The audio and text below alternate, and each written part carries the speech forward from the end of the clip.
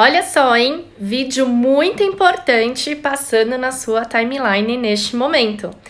Hoje é dia de live e eu vim aqui para falar sobre um assunto polêmico que eu tenho certeza que vai ajudar as mulheres que são portadoras da síndrome do ovário policístico e estão cansadas de sofrerem por conta dos sintomas da síndrome. Na live de hoje, a gente vai falar sobre a dieta ideal de tratamento da SOP. Será que essa dieta existe? Como será que ela é? O que será que ela tem que ter? O que será que ela não pode ter? Então, se você tem dúvidas sobre esse assunto, fica aqui comigo, que eu tenho certeza que você vai gostar. Se é a sua primeira live, deixa um eu aqui embaixo para mim, para eu saber que é a tua primeira vez aqui comigo. E eu aproveito para me apresentar. Meu nome é Carol Faria, eu sou nutricionista, sou também formada em educação física, sou coach de emagrecimento e, acima disso tudo, e até mais importante que tudo isso, eu também sou portadora da SOP, assim como você, há 19 anos. E trabalho há 3 anos ajudando mulheres com síndrome do ovário policístico a terem um tratamento natural, sem medicamentos, sem hormônios, com mais saúde e com menos sintomas. Alguém aí quer tudo isso pra você, né? Quer tudo isso pra ti? Se sim, deixa o seu eu aqui nos comentários pra eu saber também. E, gente, da onde veio, né, esse assunto de hoje? Antes da gente falar sobre a dieta ideal do tratamento da síndrome do ovário policístico e como que deve ser o cardápio para o tratamento da SOP, eu quero acender aqui um alerta e, na verdade, um movimento com vocês aqui no Instagram e nas redes sociais. Ontem, no consultório, eu atendi 4 seguidoras, 4 pessoas que me conheceram, assim como vocês me conhecem, aqui no Instagram. E dessas 4 pacientes que eu atendi ontem, as 4 tinham síndrome do ovário policístico, as 4 eram portadoras da SOP, as 4 me seguiam aqui no Instagram, no YouTube, no Facebook, justamente por serem portadoras da SOP e por estarem buscando nas minhas redes sociais mais informação sobre o assunto, só que nenhuma delas colocou na ficha de cadastro, no questionário de pré-consulta, problemas endócrinos. Nenhuma delas assinalou problemas endócrinos, nenhuma delas colocou que era portadora da SOP, nenhuma delas citou síndrome do ovário policístico no prontuário. E eu falei com algumas delas sobre isso, e é muito comum eu receber mulheres que são portadoras da síndrome do ovário policístico, que sabem que são portadoras, que conhecem o problema, conhecem a doença, me acompanham aqui nas redes sociais, no Instagram e tudo mais, só que na hora de ir numa consulta médica, numa consulta nutricional, numa consulta com algum profissional da área da saúde, elas simplesmente esquecem que são portadoras da SOP. É como se a síndrome do ovário policístico para essas mulheres fosse algo natural, fosse algo normal. Eu sei que quem convive, né, com a SOP, com os sintomas da SOP há muitos anos, acaba diminuindo, de repente, a atenção voltada para os sintomas, né? Como se fosse normal e tivesse que ser normal conviver com queda de cabelo, com acne, com pelos, com cansaço, fadiga, vontade de doces e tantos outros sintomas que a SOP traz pra gente. Mas, cara, isso não é normal, isso não precisa acontecer. Você pode ter um tratamento disso tudo, você pode ter o controle desses sintomas e desses desconfortos. Só que o profissional da saúde que tá te atendendo, ele precisa saber que você é portadora da SOP. E o que me chamou muita atenção foi que para uma dessas pessoas com quem eu tava conversando, quando eu falei, olha, fulana, você não colocou aqui que você tem SOP. É importante você colocar, quando você for no médico é importante dizer, porque isso muda muito a conduta, não só nutricional, como da maior parte dos profissionais da saúde envolvidos no tratamento. Porque às vezes uma coisa que a pessoa tá reclamando e tá sentindo, que aparentemente não se relaciona com nada, tem um único motivo para existir, a síndrome do ovário policístico. Então, um exemplo clássico, tá, gente? Só para vocês entenderem do que eu tô falando. Às vezes você vai no médico, sei lá, um médico clínico, um médico cardio, qualquer especialidade médica, e você não tem histórico nenhum de aumento de colesterol. Seus exames de colesterol sempre foram muito bons. E aí, de repente, você aparece com um exame de colesterol onde o colesterol ele tá um pouco alterado, ele tá perto do limítrofe, não o suficiente ainda para usar um remédio, mas o colesterol bom que deveria estar um pouquinho mais alto tá baixo, o colesterol LDL que é o ruim que deveria estar baixo tá alto, e aí o médico fica sem entender absolutamente nada do porquê isso pode estar acontecendo com você se você é uma pessoa que não tem histórico nenhum, se você é uma pessoa que nunca teve alteração de colesterol nenhuma, se você é uma pessoa que aparentemente não tem histórico familiar e tudo mais. E a síndrome do ovário policístico pode estar causando essa alteração, porque em mulheres com síndrome do ovário policístico é muito comum que o colesterol fique elevado. E aí, Se você não fala isso pro médico, ele não vai saber, tá? E eu tava conversando justamente com uma das pacientes sobre isso. Eu falei assim, olha, você tem que falar, se você for no médico, você tem que dizer e tal.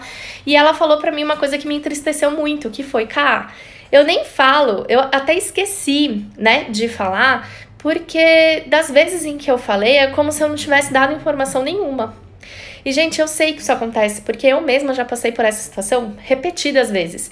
De você ir no médico e aí você fala pra ele assim, olha, eu sou portadora de ovário policístico, eu tenho a síndrome do ovário policístico. E aí, ou ele não expressa absolutamente, né, nenhuma reação, porque ele...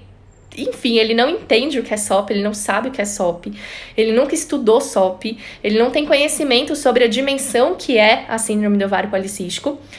Ou ele simplesmente não presta atenção nesse detalhe e, tipo, dá seguimento à consulta, dá seguimento ali ao que ele tá fazendo, sem, né, mudar qualquer tipo de conduta por conta da informação. É comum, gente, eu entendo, eu já passei por isso várias vezes, vários médicos já fizeram isso comigo. E essa semana eu recebi uma mensagem no inbox que me tocou muito, de uma portadora de síndrome do ovário policístico, seguidora aqui do Instagram, e ela falou que ela foi na Nutri, ela falou que era portadora da síndrome do ovário policístico pra nutricionista, e a nutricionista dela respondeu que isso não interferia em absolutamente nada na conduta nutricional, porque a alimentação não tinha nada a ver com a SOP. E ela me mandou essa conversa, ela me mandou esse negócio, tá lá no meu inbox. Gente, quando eu vejo isso, eu quase morro, sério. Tipo, toda vez que alguém fala uma bobagem dessa, pode ter certeza que uma fadinha morre no mundo. Só que é nosso papel, a gente que sabe da SOP, a gente que conhece a SOP, a gente que sabe a dimensão do problema chamado síndrome do ovário policístico, é nosso papel levar informação para essas pessoas ignorantes, entendeu? Então, se você tem um pouquinho de conhecimento que seja sobre a SOP, isso te ajuda não só a escolher um bom profissional para te acompanhar em qualquer área da saúde, pode ser uma nutri, pode ser um personal, pode ser um médico, pode ser um clínico, um cardio, um gineco, um especialista em fertilidade, qualquer profissional, você vai ter mais facilidade de conhecer e de ter acesso a um bom profissional se você conhecer o seu problema, se você conhecer as suas dificuldades, se você entender o que é ser portadora da SOP e o que significa, né, ter síndrome do ovário policístico. E aí, se o profissional que você foi fala uma bobagem dessa, o que você faz? Você revida com conhecimento, revida com classe, né? Ensina pra pessoa a bobagem que ela tá falando para que depois daquela situação ela vá de alguma forma procurar informação e não cometa o mesmo erro de novo com outra pessoa. Porque se ela fala exatamente isso para uma pessoa que não tem conhecimento, o que vai acontecer? Essa pessoa vai ser enganada. Porque quando a gente procura um profissional da área da saúde, a gente tem que confiar no que essa pessoa está dizendo. Então, se fosse uma pessoa com menos instrução, com menos conhecimento, que não soubesse realmente sobre a SOP, provavelmente ela acreditaria que a alimentação não interfere em absolutamente nada e se conformaria em viver da forma como ela está vivendo. E isso é muito ruim, tá? Então eu peço pra vocês, gente, falem sobre a SOP, coloquem posts sobre a síndrome do ovário policístico, façam stories, se tem um post meu que é interessante, um vídeo meu que você gosta, uma live minha que você curtiu, divulga isso pras pessoas, porque dessa forma a gente tá levando informação também pra quem não tem, a gente tá levando informação pra quem tá hoje vivendo na escuridão sobre a SOP, né, pra quem não sabe o que significa, o impacto disso na nossa vida e principalmente como a gente pode melhorar a SOP através da nossa alimentação, do nosso estilo de vida, da nossa rotina, dos nossos horários e tudo mais. E aí, emendando com o assunto de hoje, né, que é a dieta ideal para síndrome do ovário policístico, qual é essa dieta, o que essa dieta tem que ter, o que ela não tem que ter, a gente começa a falar, então, do cardápio. Gente, tem uma confusão, assim, que é muito comum, que muita gente faz e que eu já trouxe isso em outras lives, em outros vídeos, mas como sempre tem gente nova aqui, né, chegando e conhecendo e se aprofundando, é importante a gente falar. Muitas das mulheres com síndrome do ovário policístico apresentam uma situação chamada resistência à insulina. Quais são as 3 situações de resistência à insulina, entre aspas, que podem acontecer na mulher com síndrome do ovário policístico? Primeiro, a mulher com SOP pode produzir insulina demais. Então, ela consome um brigadeiro e ela produz insulina como se ela estivesse consumindo um bolo inteiro. A segunda situação é quando aquela pessoa produz insulina de menos. Ela consome um bolo inteiro e libera insulina para fazer a absorção de um brigadeiro. E a terceira situação, que é a mais comum da síndrome do ovário policístico, é quando a mulher libera uma quantidade ok de insulina, ela não está liberando nem mais nem menos insulina do que o ideal, mas por algum motivo aquela insulina não desempenha o papel dela. Qual que é o papel da insulina? Se ligar ao carboidrato e fazer o transporte desse carboidrato pela corrente sanguínea, né? Para que ele possa ser absorvido e se tornar energia para o nosso corpo. Nas mulheres com síndrome do ovário policístico, principalmente as que apresentam sobrepeso e obesidade, a gente tem essa situação muito peculiar. A gente tem produção de insulina, a insulina tá na quantidade certa, o carboidrato tá na quantidade certa, mas por algum motivo a insulina e o carboidrato eles não se ligam. É como se a gente estivesse tentando abrir uma porta com a chave errada, né? A chave e a fechadura não se comunicam. E aí, quando acontece... Gente, esqueci de avisar a Ana Vitória que eu ia fazer live, a louca, né? Eu olhei assim para um lado, não vi filhos. Olhei para o outro, não vi marido. Eu falei assim, gente, a live é agora. E aí, esqueci de avisar a equipe. Me perdoa, Ana Vitória. Mas agora a Ana Vitória está aí com vocês para tirar as dúvidas enquanto eu falo, tá? Nos comentários. E aí, o que acontece, né? Voltando. A mulher com SOP produz a insulina, tem o carboidrato ali disponível porque consumiu através da alimentação, mas por algum motivo essa insulina não se liga ao carboidrato e logo ele não consegue ser absorvido da forma adequada. O que acontece? Quando você consome um carboidrato, você começa a digestão desse carboidrato na sua boca através das enzimas produzidas e presentes na nossa saliva, envia esse carboidrato para o nosso estômago, onde ele vai se ser misturado com outras enzimas para que ele seja quebrado em moléculas pequenininhas chamada glicose. E aí, quando chega no intestino, o intestino faz a absorção dessa glicose. A glicose chega na corrente sanguínea e vai até a célula com a insulina. Então, ela se liga como se a insulina fosse um táxi, que levasse a glicose que foi absorvida pelo intestino até o interior da célula, onde ela vai servir como combustível. Na mulher com SOP, que apresenta sobrepeso e obesidade, acontece tudo igual, assim, tudo perfeitinho, como acontece em qualquer outra pessoa, mas quando essa glicose está no sangue, ela não consegue adentrar na célula. Ela fica na corrente sanguínea e a insulina também, porque afinal de contas a gente produziu insulina. E aí o que acontece? A insulina que sobra na corrente sanguínea fica sinalizando para o nosso cérebro que está faltando energia, que você precisa comer mais, que você precisa comer alimentos que sejam fontes de carboidrato, que é o principal alimento fonte de energia que a gente tem no dia a dia. E aí você tem uma vontade enlouquecedora de comer carboidrato. Algumas pessoas têm afinidade por um paladar mais doce. E aí sentem vontade de comer uma sobremesa, um brigadeiro, um biscoito recheado, um pedaço de bolo, alguma coisa que tenha aí o doce. Para outras pessoas, essa afinidade com o doce não existe, mas elas têm vontade de comer massa, pão, carboidratos salgados, arroz, a louca do arroz, né? Tem alguém aqui que é a louca do arroz? Arroz, macarrão, batata, alimentos que também são fontes de carboidrato, mas que ao invés de serem doces, são salgados. E aí, a pessoa que tá com essa insulina alta tem a maior tendência a comer, tem a maior vontade do carboidrato e o grande problema, ela come mais carboidrato, libera mais insulina, só que a insulina não funciona por conta disso. Não é liberando mais insulina que a gente tem uma função da insulina melhor. E o carboidrato que a gente consumiu, que virou glicose, que chegou no nosso sangue, que deveria entrar na célula para gerar energia, não consegue entrar porque a insulina não está fazendo o papel dela. E aí esse carboidrato sobra no nosso sangue. O que acontece quando uma pessoa tem uma glicemia maior do que o ideal? Tem mais carboidrato que o ideal. Ela se torna uma pessoa diabética. E aí, a mulher com síndrome do ovário policístico, que ainda não é diabética, que não desenvolveu diabetes, embora ela tenha tendência a isso, ela identifica esse excesso de glicose na corrente sanguínea e para não haver uma situação de diabetes, o nosso corpo acumula em forma de gordura. E é por isso que a pessoa com síndrome do ovário policístico que apresenta essa resistência à insulina não só tem dificuldade em emagrecer, como aparentemente ganha muito peso fácil, né? Ganha peso muito facilmente. Ela nem come tanto e engorda, coitada. É por conta desse papel da insulina e esse aumento da glicemia, que para não se tornar um diabetes acaba sendo acumulado em forma de gordura. Com o passar do tempo, se a pessoa continua vivendo nessa situação por muito tempo, o pâncreas dela entra em falência. E aí ela começa a produzir menos insulina do que o ideal. Ela começa a não conseguir produzir insulina para fazer a absorção do carboidrato. E aí ela se torna, na verdade, uma pessoa diabética, provavelmente, possivelmente, com utilização de insulina, tá? Ela precisa usar insulina para ser feita ali a digestão e a absorção dos nutrientes. A outra versão, entre aspas, dessa resistência à insulina, que é mais comum em mulheres magras, é a do excesso da insulina. É quando a pessoa libera muito mais insulina do que o necessário para fazer a digestão daquilo que ela consumiu.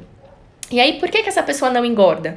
A gente olha e fala assim, maldita, né? Come tudo e não engorda, come... Se eu sentir o cheiro do que essa pessoa tá comendo, eu já vou engordar. E ela tá ali, comendo e parece que nunca ganha peso. Só que, gente, a mulher que é portadora da SOP, que vive essa situação, sofre tanto quanto a gente, tá? Que é a galera do sobrepeso e da obesidade. Por que ela sofre? Porque ela tem muita fome o tempo todo, ela sente muita vontade de comer, porque a insulina dela tá alta o tempo inteiro, ela tem uma agressão do pâncreas muito maior para produzir tanta insulina e ela tem dificuldade em ganhar peso. Porque toda aquela insulina que ela está produzindo está fazendo a digestão do carboidrato extremamente rápido. Ela consome o carboidrato, dali 1 hora e meia ela está faminta de novo, com mais vontade de carboidrato, com mais vontade de doce, com mais vontade de pão. E o grande marcador para essa pessoa é que ela passa mal quando ela não come. Então, se ela acabou de fazer uma refeição, por exemplo, e daqui 1 hora e meia, 2 horas, ela começa a ter fome e ela não se alimenta, ela tem a sensação da hipoglicemia, ela fica tonta, ela tem tremedeira, ela tem suador frio, ela se sente realmente mal e todo mundo tira sarro, né? Porque fala, meu, você acabou de comer, como assim você já tá com fome? E isso acontece realmente muito na mulher portadora da SOP, que é magra. Então, o que eu preciso que vocês entendam dessa primeira parte da live é que, independente de qual é a situação, a gente tem uma probabilidade muito alta de haver algum problema na insulina. Ou produzir de mais, ou produzir de menos, ou produzir na quantidade certa, mas uma insulina que não desempenha o papel corretamente, que não é funcional e que por isso a gente diz, né, que a gente apresenta resistência à insulina. Até aqui tudo bem? Vocês estão acompanhando? Vocês entenderam essas situações? Alguém aqui se identificou? Parecia que eu estava contando de vocês. Gente, eu não sou ainda adivinhadora, não sou mãe de nada, não sou nada disso, tá? Só tô falando o que realmente acontece e acontece com a maior parte das portadoras da SOP. Beleza. Vocês entenderam resistência à insulina? Vai ficar mais fácil de vocês entenderem agora a segunda parte da live, que é onde a gente fala efetivamente sobre a dieta que trata a síndrome do ovário policístico. A gente já identificou que é a resistência à insulina que na maior parte das vezes deixa a gente cansada, com fadiga, com preguiça, sem energia, com vontade de dormir o dia inteiro, com muita fome, muita vontade de carboidrato. A gente vira a louca do arroz, da coxinha. Lembra da louca da coxinha, da live do final de semana? Então, a louca da coxinha, do macarrão. E isso é muito característico de um aumento da nossa insulina, consequentemente um aumento também da gordura abdominal.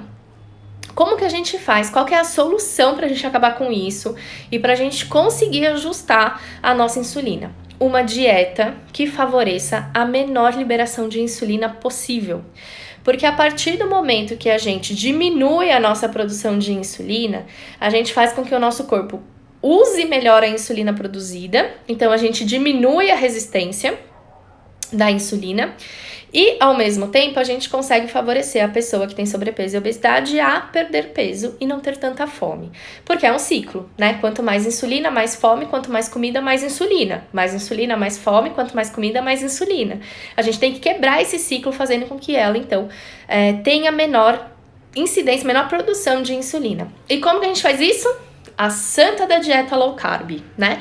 E a gente fala muito disso nas redes sociais, a dieta low carb meio que tá na moda, né? A dieta do momento. Só que as pessoas confundem muito o que é dieta low carb, do que é dieta sem carboidrato, do que é dieta da proteína, do que é dieta cetogênica, do que é vários tipos de dieta que preconizam um menor consumo de carboidrato.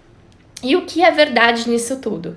Que quando a gente reduz demais o nosso carboidrato, quando a gente consome carboidrato numa quantidade muito pequena, a gente piora os sintomas da síndrome do ovário policístico. Então, o que é comum e o que é esperado de uma mulher que faça uma dieta cetogênica, uma dieta da proteína, que tenha um baixíssimo consumo de carboidrato, é o aumento do colesterol, o aumento da esteatose hepática, o aumento dos hormônios masculinos e, consequentemente, a piora dos sintomas. Porque Gente, os nossos hormônios andrógenos, que normalmente estão elevados na mulher com SOP, que é testosterona, androstenediona e tudo mais, esses hormônios masculinos, eles são produzidos a partir do colesterol, que na mulher com síndrome do ovário policístico já é alto. E quando a gente faz uma redução drástica do consumo de carboidrato, quando a gente corta todo e qualquer tipo de alimento fonte de carboidrato, automaticamente, de forma natural, a gente aumenta o consumo de proteínas e gorduras. Só que hoje em dia tá muito na moda aquela dieta onde o carboidrato é o demônio, ele é o vilão, você não pode consumir absolutamente nada que tenha carboidrato e todo e qualquer tipo de gordura e proteína é benéfico. Então a galera tá comendo salsicha, tá comendo linguiça, tá comendo embutidos a rodo, tá se entupindo de frango com pele, de carne com gordura, né, com aquela capa de gordura. A galera come 3, 4, 5, 10 ovos por dia, achando que tá tudo bem, porque afinal de contas o carboidrato não está presente nesses alimentos. E galera, para um pessoal tá tudo bem de verdade fazer isso. Pessoas saudáveis, que querem só emagrecer ou que aderiram à moda por algum motivo. Quem é saudável e consome mais ovos por dia não vai ter o aumento do colesterol. Quem é saudável e consome a carne com a gordura não vai ter aumento de gordura no fígado ou esteatose. Mas quando a gente fala de síndrome do ovário policístico, a gente não está falando de uma mulher saudável, a gente está falando de uma mulher que apresenta alterações metabólicas e hormonais. Então, na mulher com síndrome do ovário policístico, um alto consumo de ovos pode elevar o colesterol. Um alto consumo de gordura saturada vai aumentar o colesterol e vai piorar o acúmulo de gordura no fígado.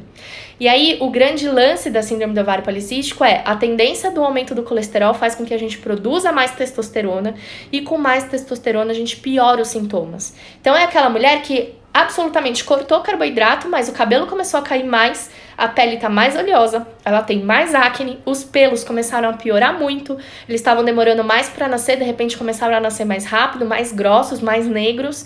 Então, cortar carboidratos de forma, geral e indiscriminada não é a solução para a mulher que tem síndrome do ovário policístico. De novo, tá? Eu, Carol, não sigo uma linha da dieta Atkins, da dieta do Dr. Souto, da dieta do Baracate. Tipo, não é o meu padrão de comportamento alimentar e não é o que eu ensino e preconizo para os meus pacientes, ok? Mas eu também não sou absolutamente contra esse tipo de dieta para alguns tipos de pessoa. Só que para SOP não é o mais indicado, tá? E aí o que acontece, né? Como que a gente faz, então, uma dieta low carb? Como que é realmente a dieta low carb que ajuda no tratamento da síndrome do ovário policístico? Aquela dieta que tem menos carboidrato do que as nossas diretrizes. Para quem não sabe, a Organização Mundial da Saúde estabelece que uma dieta saudável deve ter até 60% de carboidrato. Eu considero muito, falar para um paciente consumir mais da metade da alimentação dele vindo de carboidratos. Eu nunca chego em 60% nos meus cardápios, mas a nossa diretriz é que até 60% é saudável. Uma dieta low carb é qualquer dieta que tenha abaixo da referência mínima da Organização Mundial da Saúde, que é 40. Então, a Organização Mundial da Saúde, Ministério da Saúde, preconiza que a dieta tem que ter entre 40% e 60% de carboidrato. Se você consome 30 ou 35, você já está numa dieta low carb. Você não precisa entrar em cetose, você não precisa fazer uma dieta cetogênica para poder dizer que está numa dieta low carb. E aí, reduzindo o seu consumo total de carboidratos para entre 30%, 35%, 40%, para algumas pacientes mais resistentes, 20%, a gente já consegue diminuir a produção de insulina dessa paciente, já consegue fazer com que a insulina dela se torne mais sensível, ou seja, que ela faça o papel dela melhor. Então, a gente tem um melhor transporte, uma melhor absorção do carboidrato. Consequentemente, a paciente começa a ter mais energia, mais disposição.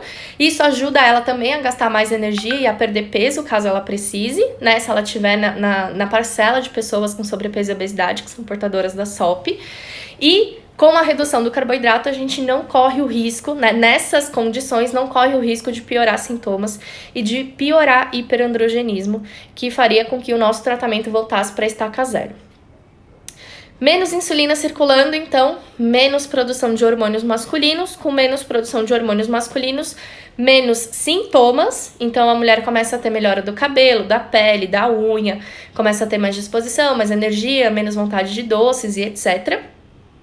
e menos cansaço, o que possibilita ela também a fazer atividade física, que é parte fundamental do tratamento da SOP, tá? A gente pode fazer uma live depois para falar sobre atividade física, se vocês tiverem interesse, mas se eu for entrar agora aqui no assunto, a gente vai ficar mais de uma hora aqui falando, tá?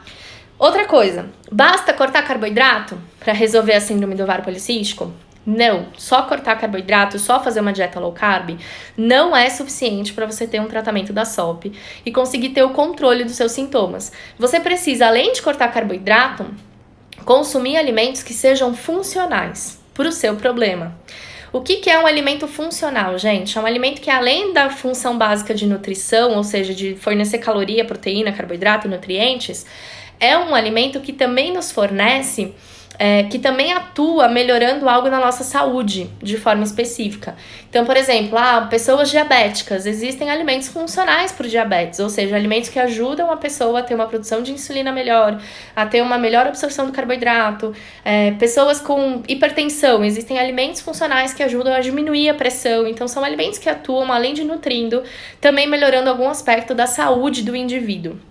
E a gente tem uma gama gigante de alimentos funcionais para o tratamento da SOP que vão ajudar a gente a controlar os nossos sintomas de forma pontual. Então, por exemplo, se a minha paciente é uma portadora da síndrome do ovário policístico que sofre com a queda de cabelo, eu vou empregar uma dieta low carb com um padrão aí de carboidrato entre 20% e 40%, dependendo da atividade física dessa pessoa, e vou incluir na dieta alimentos que ajudem a diminuir os hormônios envolvidos com a queda de cabelo. Se é uma paciente minha, por exemplo, que tem muito pelo no rosto, que a testosterona está alta, eu vou incluir alimentos que atuam diminuindo a testosterona. Exemplo, chá de hortelã, chá de amora. Se eu tenho um paciente, por exemplo, que é tentante, está com dificuldade em engravidar porque o endométrio está fino, eu vou incluir alimentos que ajudem no aumento da progesterona. Então, existem várias condutas nutricionais que aí são específicas, são individuais e que devem ser de acordo com a necessidade de cada paciente, de acordo com a manifestação que ele tem. Então, a gente vai avaliar quais são os sintomas, a gente vai avaliar quais são, né, as manifestações dessa pessoa que estão incomodando, que estão fazendo com que ela realmente se sinta mal e atuar especificamente nessas manifestações e nesses sintomas. Além de uma dieta funcional, na síndrome do ovário policístico, a gente tem que se preocupar com duas coisas que também ajudam muito. Depois assisto a Lê, fala Lê. Duas coisas que ajudam muito, inclusão de chás e fitoterápicos. Para quem não sabe, gente, chá e fitoterápicos são coisas diferentes, tá? Os chás a gente obtém a partir da infusão de uma planta ou de uma folha, e o fitoterápico é um medicamento obtido através das plantas, tá? Então, o fitoterápico, ele é considerado fitoterápico quando a gente tem realmente a utilização daquele princípio ativo, que é natural, através do uso de um medicamento manipulado com aquilo, tá? Então, existem vários chás e fitoterápicos que ajudam a mulher com SOP a ter menos resistência à insulina, a ter menos testosterona, a ter mais progesterona, a melhorar a relação LH-FSH, diminuir prolactina, cortisol, enfim, atuam aí nas várias possíveis alterações hormonais que uma mulher com SOP tem. E além dos chás e fitoterápicos, os suplementos. É muito comum na mulher com síndrome do ovário policístico a gente ter alteração, ter carência, ter insuficiência de alguns micronutrientes. O mais comum e mais conhecido, vitamina D. Gente, vitamina D hoje em dia é uma das principais carências, né, nutricionais do Brasil. E na síndrome do ovário policístico, uma carência de vitamina D eleva a nossa resistência à insulina, piora a nossa resistência à insulina. E aí o que acontece? Piorando a resistência à insulina, aumenta os hormônios andrógenos, pioram os sintomas. Então é fundamental, é importantíssimo que a gente tenha também uma avaliação nutricional, né, dos nossos nutrientes, das nossas vitaminas, dos nossos minerais e ajuste essas carências para que o tratamento da SOP se torne mais fácil, se torne mais diretivo, se torne mais eficiente. Então, vocês percebem, gente, que o tratamento da SOP vai muito além da gente cortar carboidrato. Se fosse só cortar carboidrato, ia ser muito fácil até, né, tratar.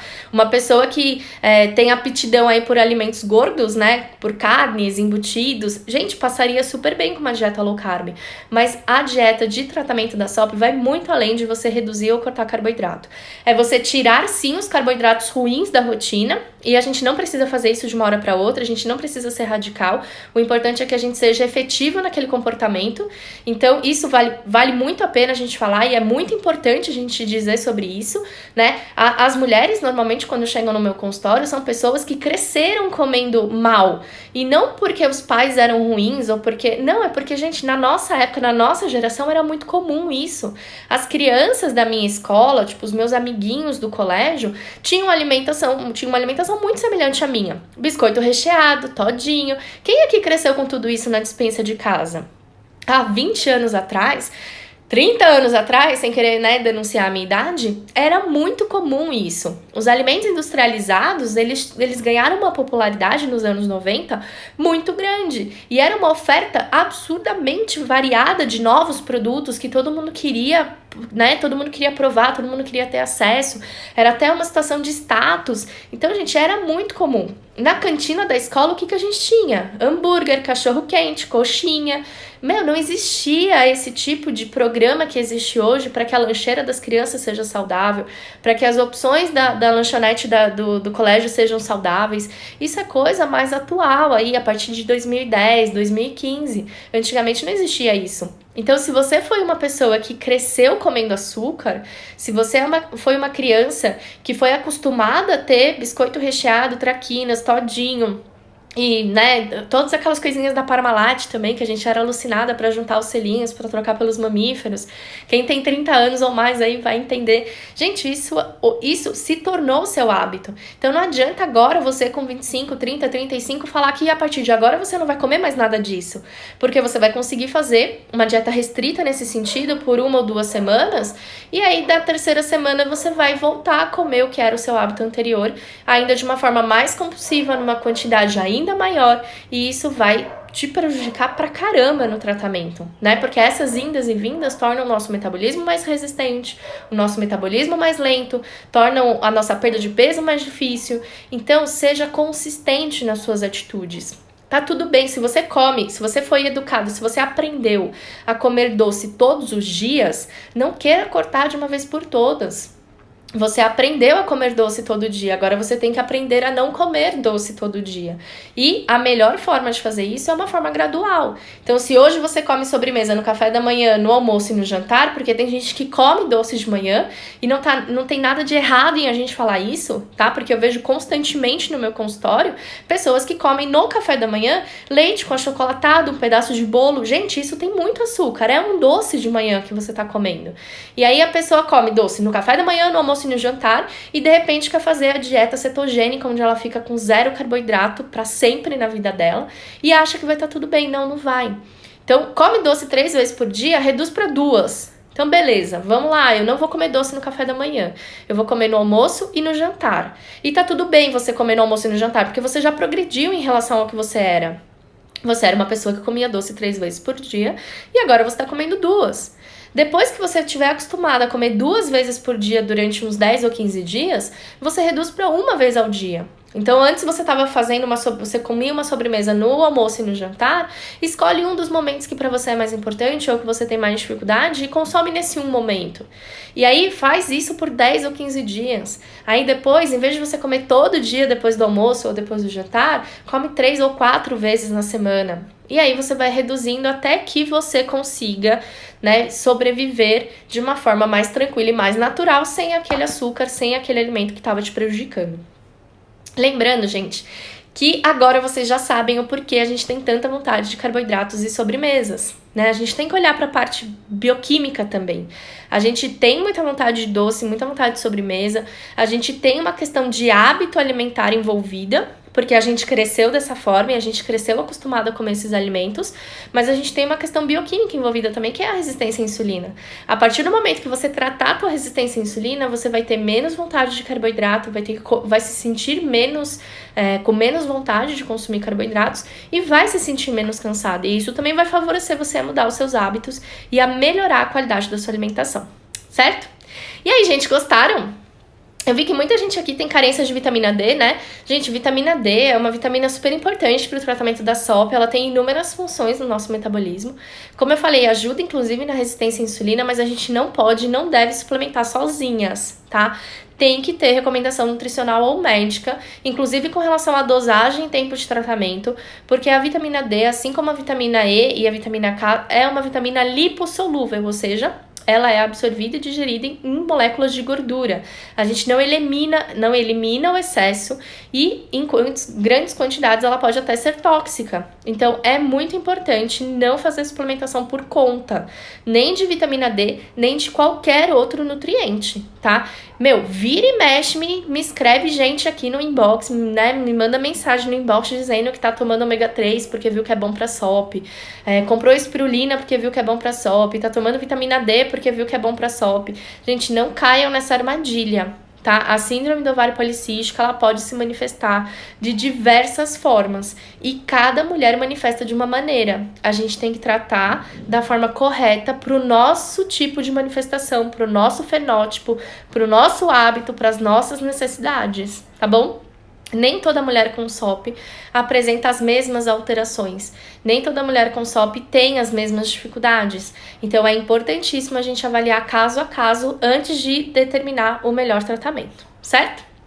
E aí, vocês têm alguma dúvida? Podem colocar aqui nos comentários pra mim. Vamos aproveitar aqui 5 minutinhos finais para eu tirar as dúvidas de vocês. Vou ter que ver um horário para atividade física porque eu trabalho e estudo. A Kathleen falou. Uma dica pra você, gente, que vive aí na vida corrida que todo mundo vive hoje, né? Trabalha, estuda, tem, né? Quem já é mais velho, às vezes tem 2, 3 empregos, não consegue fazer nenhuma atividade física com firmeza, com rotina. Cara, se você não consegue incluir uma academia na sua casa, Kathleen, tenta colocar um dia a dia mais agitado pra você, sabe? Um dia a dia mais, um gasto calórico maior no dia a dia.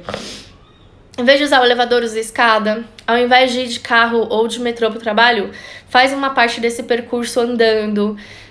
Na hora do almoço é um excelente momento para você aproveitar para fazer alguma atividade. Hoje em dia existem vários personagens que dão consultoria e que montam estilos de exercício, sequências de treinos para você fazer na sua casa. Então tem como a gente incluir rotina no seu dia a dia, mesmo que seja um dia a dia mais corrido, um dia a dia com menos tempo, um dia a dia mais atribulado, tá bom? E é aquilo, né? Depois que você torna a rotina também, gente, é muito mais fácil. Eu até tava conversando, né, sobre isso com alguém ontem, não lembro, com uma paciente de ontem, foi isso. E ela tava falando que o mês de agosto pra ela vai ser muito complicado, porque ela vai viajar muito, e aí ela tem dificuldade em fazer, em levar os lanches intermediários, em comer entre as refeições e tal. Só que ela já é uma pessoa que tá super adaptada a fazer atividade física. E aí ela falou que... Aí eu perguntei, olha, fulano, você vai conseguir fazer atividade física lá? Não, isso com certeza eu vou, porque eu acordo mais cedo, eu vou caminhar na rua, eu dou uma corrida na esteira do hotel. Atividade física com certeza eu vou fazer, a minha dificuldade realmente vai ser a alimentação. E aí eu atendi uma outra paciente depois que não tem o hábito de fazer atividade física e que também ia passar um mês de muita viagem a trabalho. E aí ela falou assim, nossa, eu vou conseguir treinar 0 porque eu vou estar viajando. E aí vocês veem como a percepção é diferente dependendo do hábito da pessoa, né? Se a pessoa já criou o hábito de treinar, ela vai dar um jeito de treinar onde ela estiver. Ela vai fazer atividade física dentro do quarto do hotel, ela vai sair do hotel para fazer uma caminhada, uma corrida, alguma coisa. Ela vai procurar uma academia perto onde ela possa fazer aulas avulsas, mas ela vai dar o jeito dela para ela conseguir fazer atividade física naquele período. Se é uma pessoa que não tem o hábito, qualquer coisinha vira um problemão, assim. Então, qual que é o meu conselho? Se esforçar para que isso vire um hábito, porque depois que você tornar isso um hábito, nada mais vai te parar, tá? Por que os médicos só passam anticoncepcional para o tratamento? Pergunta da Vilmara. Vilmara, eles só passam anticoncepcional porque é o que eles sabem fazer, entendeu? Acho que boa parte desse problema, boa parte dessa culpa, gente, não vamos falar só que a culpa é dos médicos não, tá? Boa parte dessa parcela, boa parcela dessa culpa também é do paciente. É o paciente que não quer entender o problema que ele tem, é a paciente que não quer estudar sobre a SOP, não quer entender sobre a SOP. É aquela paciente que quer um resultado imediato. Então, entre fazer uma alimentação, uma reeducação alimentar, que vai demorar de 3 a 6 meses para surtir efeito, e usar o anticoncepcional, que vai secar tua acnes em 1 mês, muitas preferem o anticoncepcional. Porque o efeito é imediato, mesmo sendo superficial e mascarando os sintomas sem, de fato, tratar. Então, o médico é o culpado, muitas vezes por não conhecer a patologia e por não ter a informação correta para passar para o paciente. A paciente, às vezes, é a culpada por querer algo imediato e não estar preocupada tanto com a saúde, e sim com a parte estética. E a grande culpa também, né, é da indústria farmacêutica, que infelizmente, né, ganha rios e rios de dinheiro vendendo cada vez mais remédios. E para eles, quanto mais doentes as pessoas estiverem, melhor, porque mais remédios vão ser produzidos e mais remédios vão ser vendidos. E mais ricos os donos dessas indústrias vão ficar. Então, não tem como a gente se prevenir disso se não for conhecendo realmente o problema, estudando, indo a fundo, procurando entender, sabe? Tendo informação de qualidade, para de fato bater de frente realmente com o médico se for preciso, tá? Esse programa é totalmente online. Como somos atendidas? Eu tenho curiosidade, a Jéssica perguntou. Jéssica, neste momento estão abertas as inscrições do programa de combate à SOP, mas é só para quem está nos grupos, né, de oferta. E quem não entrou no grupo, quem não viu, acabou vacilando, perdeu tempo, você pode se inscrever nos 30 dias contra a SOP, que começa na segunda-feira. Os 30 dias contra a SOP, ele é 100% online. Então, muita gente me pergunta, né? Deixa eu aproveitar e já esclarecer.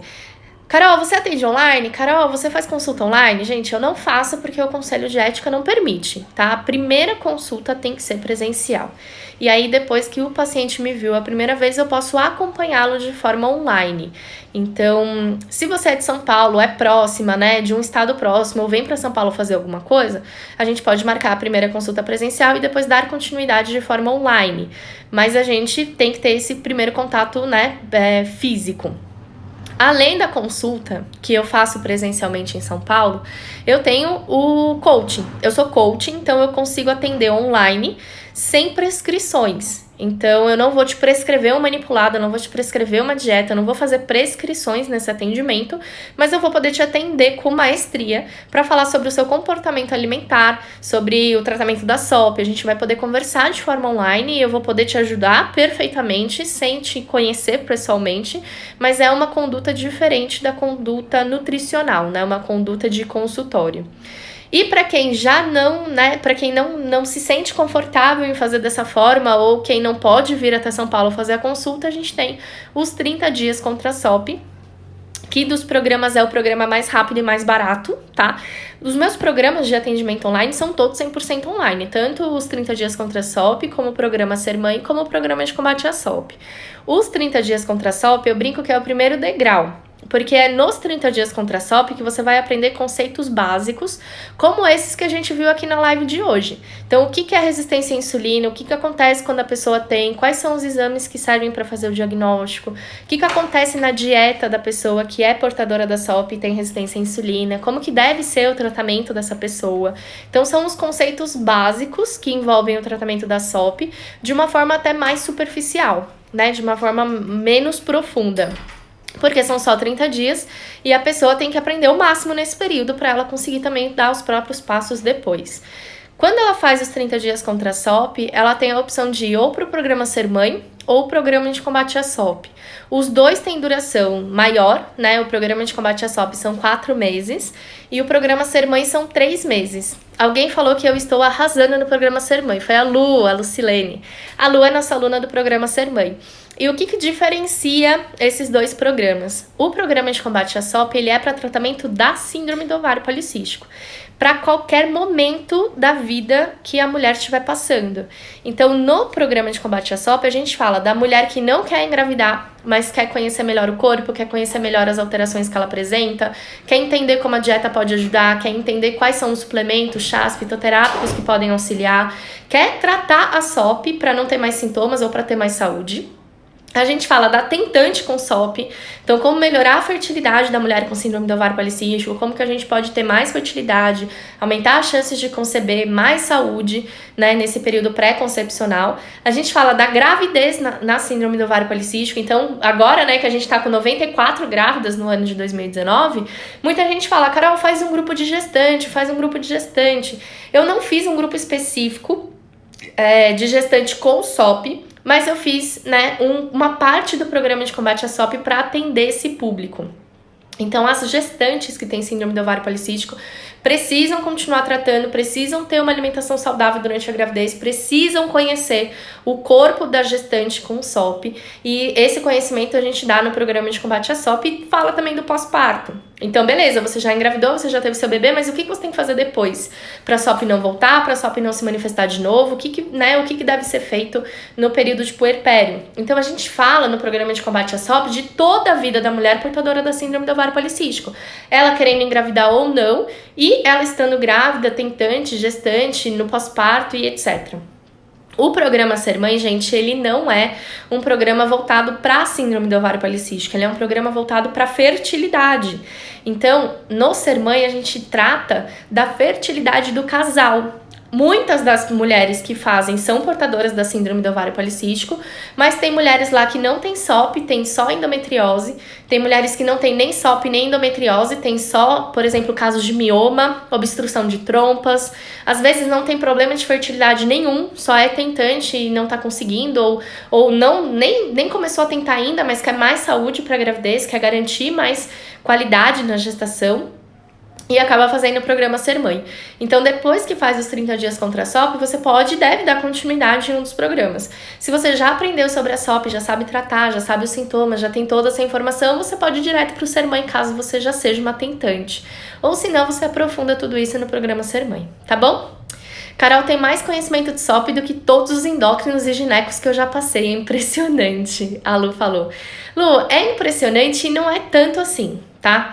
Por que eu falo isso, né? Gente, não é ginecologista que trata síndrome do ovário policístico, tá? Então, o primeiro passo é você entender a SOP como uma doença endócrina, a SOP como uma doença hormonal. A síndrome do ovário policístico não é uma doença do nosso útero, dos nossos ovários, do nosso aparelho reprodutor. Ela é uma doença dos nossos hormônios. E o ginecologista, muitas vezes, ele não está preparado para atender a síndrome do ovário policístico porque não é da área dele, percebe? O gineco, ele lida com o aparelho reprodutor feminino, ponto. A SOP, ela é uma doença que envolve hormônios também produzidos na tireoide, na pituitária, na suprarrenal e nos ovários. Então, é algo que vai muito além desse aparelho reprodutor. Com relação aos endócrinos, gente, nem todo endócrino é especialista em parte metabólica, em saúde da mulher. É como se você fosse numa Nutri, por exemplo, uma paciente renal. Vamos supor que você tem um problema renal e você vai se consultar comigo. Cara, eu vou ser um zero à esquerda para te atender. Porque a minha especialidade não é renal. Eu não estudo renal, eu não gosto de renal, eu não me aprofundo em assuntos relacionados à parte renal. Agora, se você for falar de SOP, eu vou dar um show. Então, é muito da gente procurar realmente um profissional que tenha afinidade com o nosso problema. Né, o profissional que é específico porque a gente tá trabalhando ou tá buscando. Vocês querem ver eu ficar arrepiada, assim, ó, tipo aquela... Sabe aquele momento de raiva? É eu entrar no perfil de uma nutricionista. Por que Nutri? Porque é a minha área, né? E a gente olha sempre os Instagrams das nossas colegas. E aí a pessoa é especialista aí. Materno-infantil, aí ela coloca assim, né? Nutrição, materno-infantil, esportiva, oncologia, clínica, funcional, fitoterapia. Tem tipo uns 5, 6 tópicos assim. Como que essa pessoa é boa em tudo isso, né? É impossível. Uma área só, gente, dá muito trabalho para você estudar, para você se atualizar, para você investigar, para você, sabe, se aprofundar, para você ler, reler e, sabe, é muito complexo. Então, síndrome do ovário policístico é um nicho do subnicho, né? Não existe nenhum curso de especialização, de pós-graduação específico de SOP. O meu curso é o primeiro. Tanto que muitas nutricionistas estão fazendo para poderem entender melhor sobre a SOP, para poderem atender melhor suas pacientes portadoras de SOP. Mas não existe uma especialização. E ainda assim, sendo nicho do subnicho, olha o meu Instagram e veja só quantos 1000 posts eu tenho sobre esse assunto.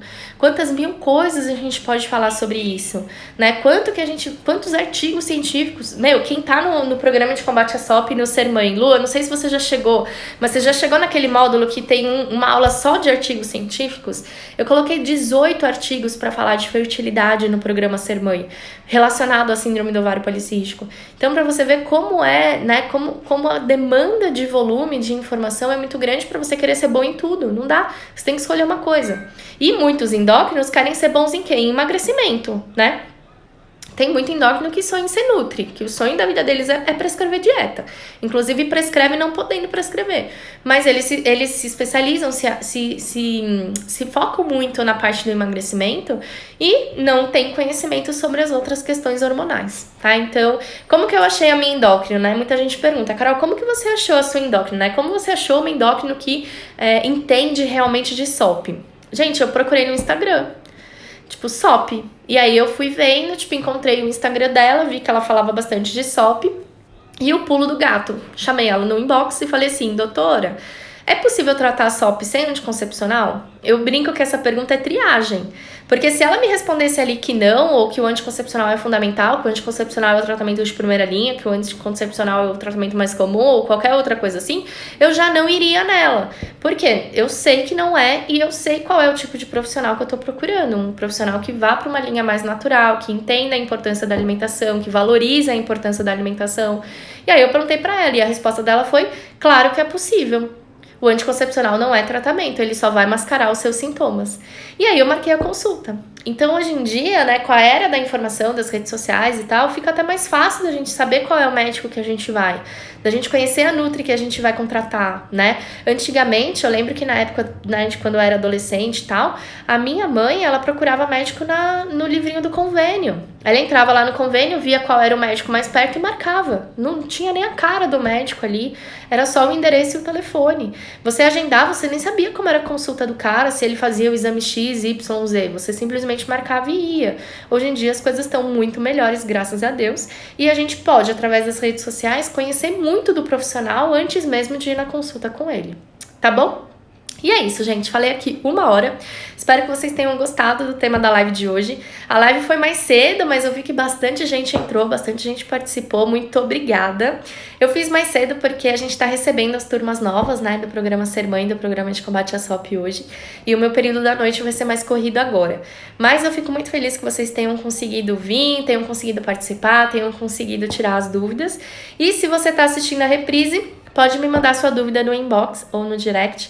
Eu respondo 100% das mensagens que chegam pra mim. Então, se você mandar uma mensagem, pode ter certeza que sou eu que vou responder. E eu vou poder te ajudar também pelo inbox e pelo chat, tá bom? Quem tem dúvidas, quem quer participar de um dos meus programas, Desafio de SOP, tá com as inscrições abertas, 30 dias contra a SOP, começa na segunda-feira, www.cantinhodanutri.com.br/desafios. E aí escolhe o de SOP, porque os outros não estão abertos no momento. E se também você quiser, link azul que tá lá no meu perfil, você cai direto na página de inscrição, tá bom? Beijo, gente, fiquem com Deus e até a nossa live de domingo.